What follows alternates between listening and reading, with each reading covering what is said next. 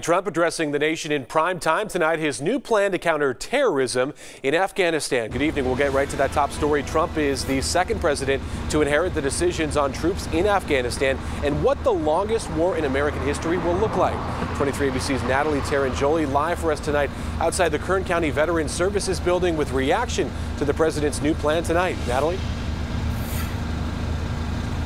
Trump said tonight that there will be some changes in how the United States is involved in Afghanistan, which he says are much different from his instincts before he became president.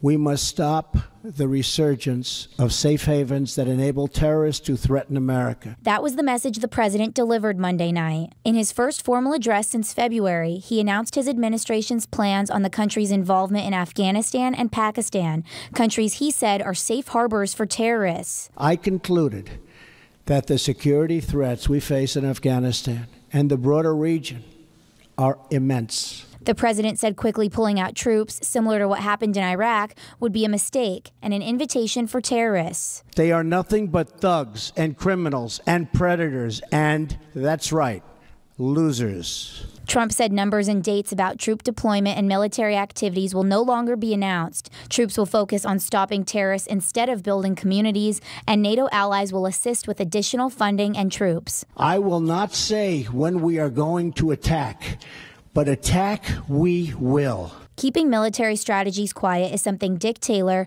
director at the Kern County Veterans Services, said he's on board with. And as a veteran, he thinks the president's three-point strategy makes sense. Watching other previous administrations make the mistake of naming specific timelines so that our enemies know exactly what our strategies are is a mistake. And I think the president is smart in not defining our strategies because our enemies are watching. The Pentagon proposed that a few thousand new troops will be sent to join the 8,400 currently in Afghanistan. More than 2,000 have died and 20,000 more wounded since October 2001. Taylor said he thinks the president had a tough decision to make. But I do think it's a great thing that he understands the United States is great at winning wars and great at beating our enemies, but we are horrible at building nations in our image, and we shouldn't be doing that.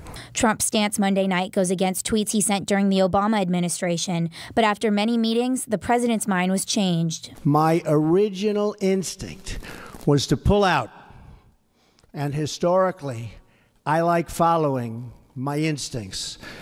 But all my life, I've heard that decisions are much different when you sit behind the desk in the Oval Office. These decisions to help stop terrorism. In a perfect world, we can just get out and be done with it, but they're not going away.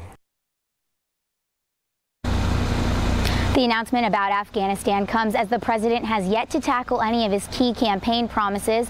Tonight's speech seen by many Republicans as the best way forward, while Democrats say the public deserves to know more details about the plan. Tim?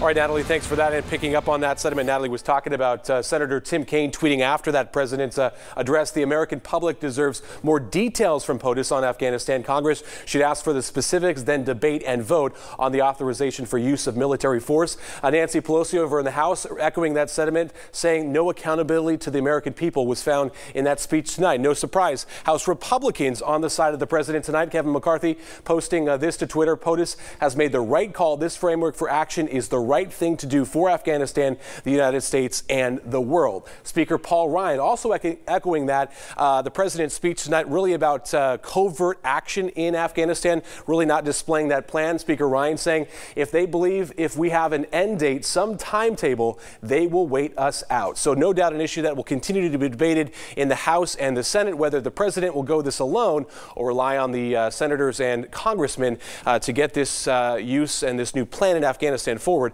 We'll, of course, keep watching it. We'll switch gears now and turn things